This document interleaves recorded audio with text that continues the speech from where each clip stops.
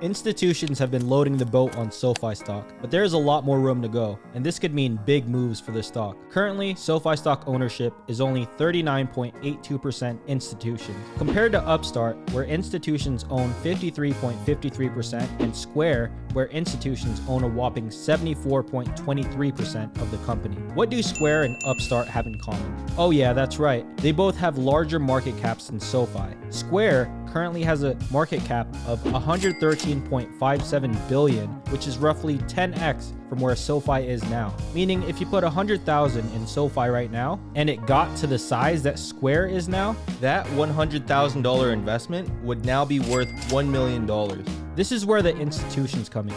Institutions, aka some of the big banks, often have hundreds of millions and even billions of dollars at their disposal, whereas the average retail investor has capital ranging into thousands, hundreds of thousands, and if they're wealthy, single-digit millions. Typically, in order to really move a stock, you need institutional money. However, institutions are pretty cautious and often don't get into a stock until the company is really performing. They would rather wait, lose out on getting in early for the sake of safety. This is because they are managing other people's money, and it's not a good look to get into a party early only to strike out. Because of this, they typically wait until the company is stable and is really taking off before getting in. This has a profound domino effect on Wall Street, as hedge fund managers / institutions are well known for copying each other's ideas. Once this happens, the money floods in and the stock price shoots to the moon. Therefore, the optimal strategy, in our opinion, is to find a good stock and get in before the institution / hedge fund. Remember earlier when we talked about how SoFi has the lowest institutional ownership because of the bunch? Yeah, that means it has the most room to grow once institutional money floods in.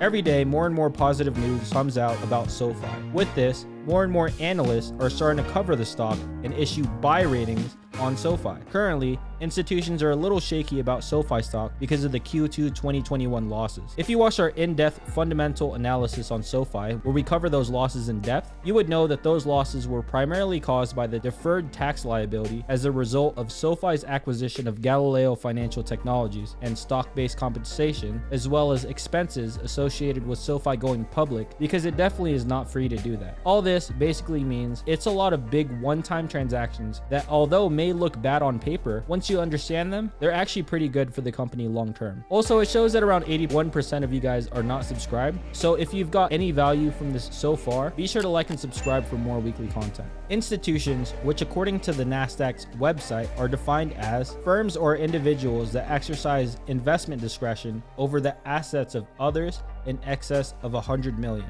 Institutions have to report all of their buys / sells in a form called a 13F, which they file with the SEC. For those of you that don't know, that's the Security and Exchange Commission. This form is filed quarterly, and they have to file this within 45 days of the calendar quarter end. Guess what? The third quarter is coming to an end this month on September 30th. This means that all 13F forms will be filed between September 30th and November 15th. Once these forms are filed, everyone will have access to them, and through comparing the previous quarters, 13F, you could see who sold and bought what. This is key.